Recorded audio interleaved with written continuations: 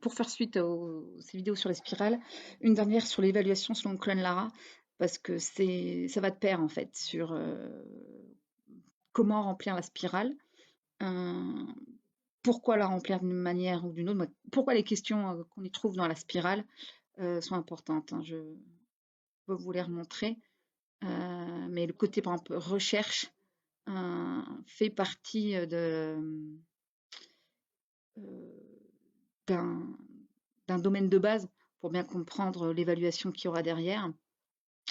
Euh, L'application d'elle-même forcément, le portfolio qu'on voit ici, la présentation, en fait, tout ce qu'on met n'est pas que retenir une. Là, c'est sur l'anglais, hein, j'ai repris la même, mais tiens, je peux vous montrer une autre hein, sur les animaux. Pourquoi telle note, avoir telle note en Péris, voilà.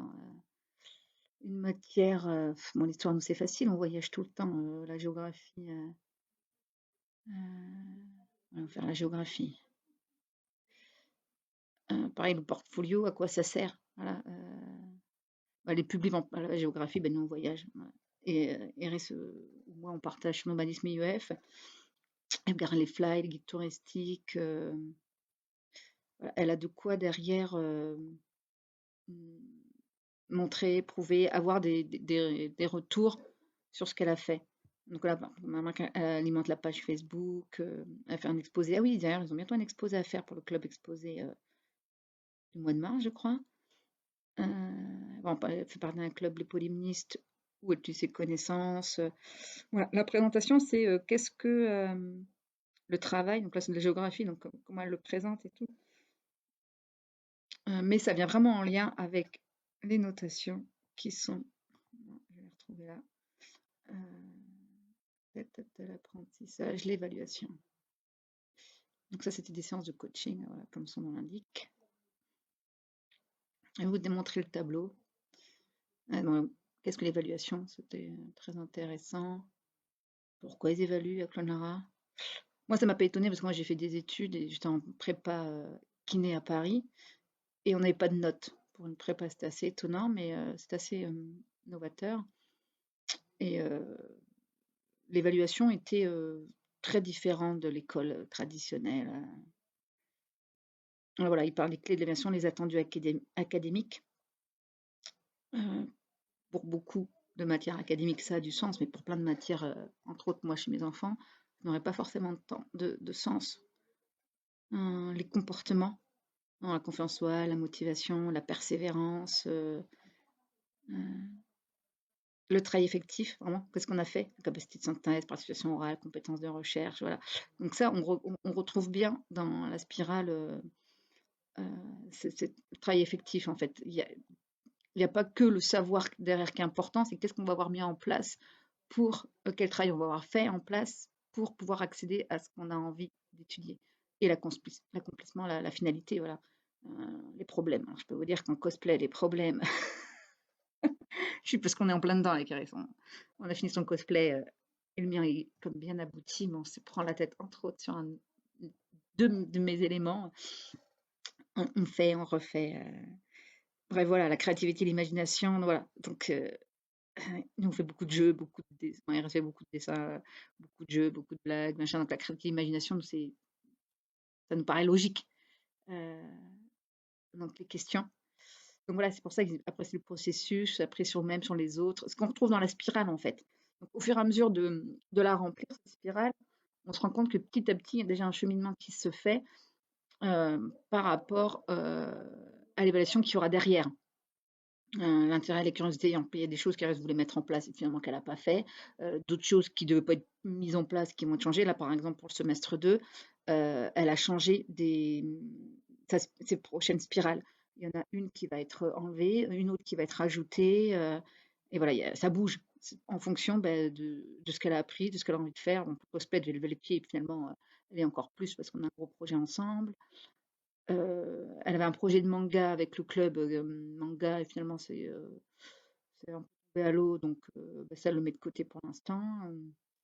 Donc voilà, donc ça fonctionne, ça échoue, machin. Et les critères, voilà, les critères, là on revoit la full circle learning. Tac, tac. Voilà, c'est ce que j'avais montré tout à l'heure quand c'était en anglais. En fait, nous, quand on prend les notes ici, c'est dans aboutissement par exemple.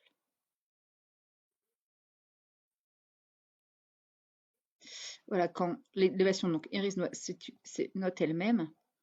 Donc, pour pas mettre une note comme ça au pif, elle utilise ça. Donc, elle met son grade. Je charge encore. Alors, elle met kindergarten pour les petits. Elle met son grade. Elle remplit, tac, tac, par exemple, on va dire, allez, on va faire une simulation. Je vais vous montrer. Non, c'est celui-là. Donc, pareil, donc c'est non, là, c'est là en français. Donc, en collaboration, ça, c'est les compétences. Collaboration, communication, contenu, pensée critique, créativité, confiance en soi. Donc, si on a une initiation, donc ce qui correspond à la emerging. Voilà, ce serait que je mette que j'explique mon écran en fait. C'est pas comme si j'avais pas trop de trucs. Je m'en foute. Je le laisse là. Je m'en fiche aussi. Ah ouais, non, il est là.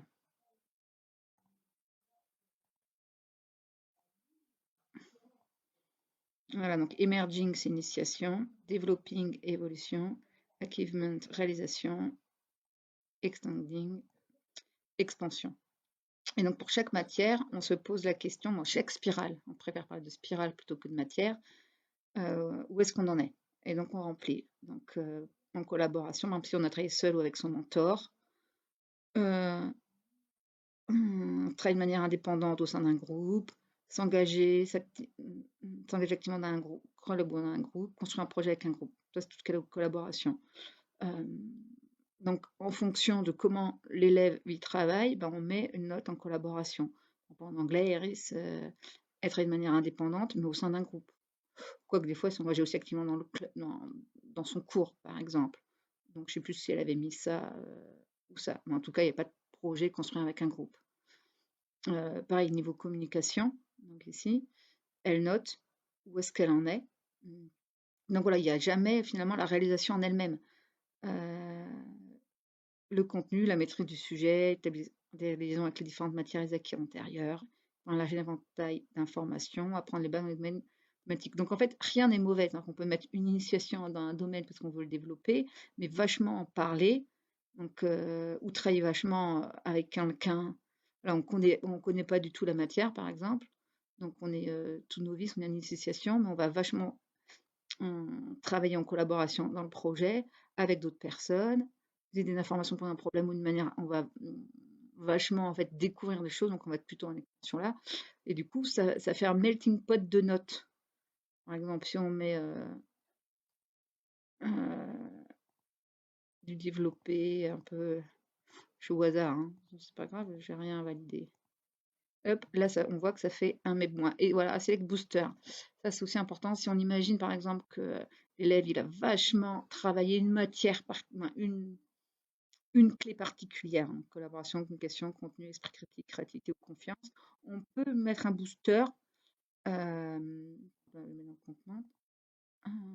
Là, ça ne change pas la note. Mais ça peut changer la note, en fait, en fonction de... Je sais qu'Iris, on lui a mis pas mal de boosters pour la créativité pour cosplay, parce que ça reste quand même assez important.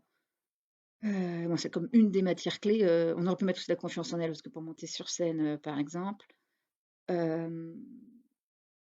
J'ai plus aussi collaboration pour tous ces clubs, pour certains trucs, elle est quand même très dans collaboration, communication, elle en parle beaucoup, ben, le truc avec les animaux et tout, on a rencontré quand même pas mal de gens, bah, sa mentor et tout. Ouais, l'esprit critique aussi, elle a, dans certains domaines, bon, pour les voyages et l'histoire, elle développe vachement son esprit critique parce que ben, elle met en comparaison ce qu'elle a vu, découvert dans tel pays, etc., etc. Donc ça peut permettre aussi de mettre en avant une, une clé particulière en fait de comment on pense que l'élève a travaillé. Et donc là, on voit vraiment que ça rejoint vraiment la spirale de base. Si on comprend vraiment comment les deux fonctionnent, voilà, ça se fait petit à petit. Les recherches, c'est plus le contenu, la pensée critique, la présentation, ça va être la collaboration, la communication, l'aboutissement aussi, la confiance en soi. C'est pour ça que toutes les questions qui sont posées quand on remplit la spirale, il faut prendre le temps d'y répondre concrètement. Voilà, l'objectif, il n'est pas juste pour faire beau et tout, c'est que derrière, il y a un réel intérêt. Donc c'est complètement différent de ce qu'on peut connaître du système classique, parce que au final, il n'y a pas tant de... c'est pas des connaissances pures et dures à acquérir. Voilà, on n'est pas que là-dedans, on n'est pas que dans l'attendu académique. Il y est, hein, forcément, mais il y a tout ce qui est accomplissement, travail effectif, comportement. Voilà, il y a beaucoup plus d'autres facettes et qui sont évaluées, évaluables et évaluées grâce aux spirales et grâce à l'outil d'évaluation. Donc ça, moi, c'est ce que j'aime vraiment particulièrement dans chez Conlor. Pourquoi on l'a choisi? Voilà, parce que ça permet vraiment d'avoir des sujets non académiques ou de travailler de manière non académique. Moi, je vois, on prend juste l'application concrète de la géographie là. Donc, par exemple, là, il reste 6 mois de temps. Voilà, ma famille est nomade, nouveau lieu quasiment tous les jours. On a fait une partie de l'Alsace, de l'Allemagne, Pays-Bas, Belgique, nord de la France, la Champagne, Roanne. La découverte la vallée de la Meuse, les Pays-Bas. Donc ça, c'est du concret, vraiment. Elle a fait Bruxelles, Parlement européen, Matinium, c'était des villes en France. Donc ça, c'est... Voilà. Ça, c'est palpable, c'est visible. Et après, elle explique, hein, voilà, dans le résumé, Iris, elle explique qu'est-ce qu'elle en a pensé, comment elle a vécu le truc. Il y a un vrai retour, en fait, personnel, pour comment elle a vécu la matière, ce qu'elle a aimé, ce qu'elle n'a pas aimé, les ressources utilisées, donc les offices du tourisme, les cartes d'Europe, les documentaires, et quand on approfondit ou pas. Donc c'est très, très concret, et grâce aux notifications, aux notes là, elle peut valider de la géographie d'une manière qui correspond vraiment à son mode de vie, à son mode de travail, à comment elle vraiment elle apprend au quotidien de ces matières académiques et non académiques. Et voilà, donc je rappelle, collaboration, communication, contenu, pensée critique, créativité, confiance en soi. Et moi, je m'y retrouve vachement. Je trouve ça hyper intéressant, en fait. Et on voit bien, en plus, l'évolution. Et au contraire, elle a envie, des fois, de se dire, bah tiens, j'ai envie de développer tel ou tel domaine. Peut-être le contenu dans certains trucs où elle ne se penche pas assez dessus. Du coup, elle va voir où elle a mis la note là, dire, bah ok, bah, du coup, ça, c'est un truc à bosser, etc. etc. Bon, je ne vais pas faire trop court, donc je vais m'arrêter là parce que ça fait encore une autre vidéo. Donc voilà, ciao ciao.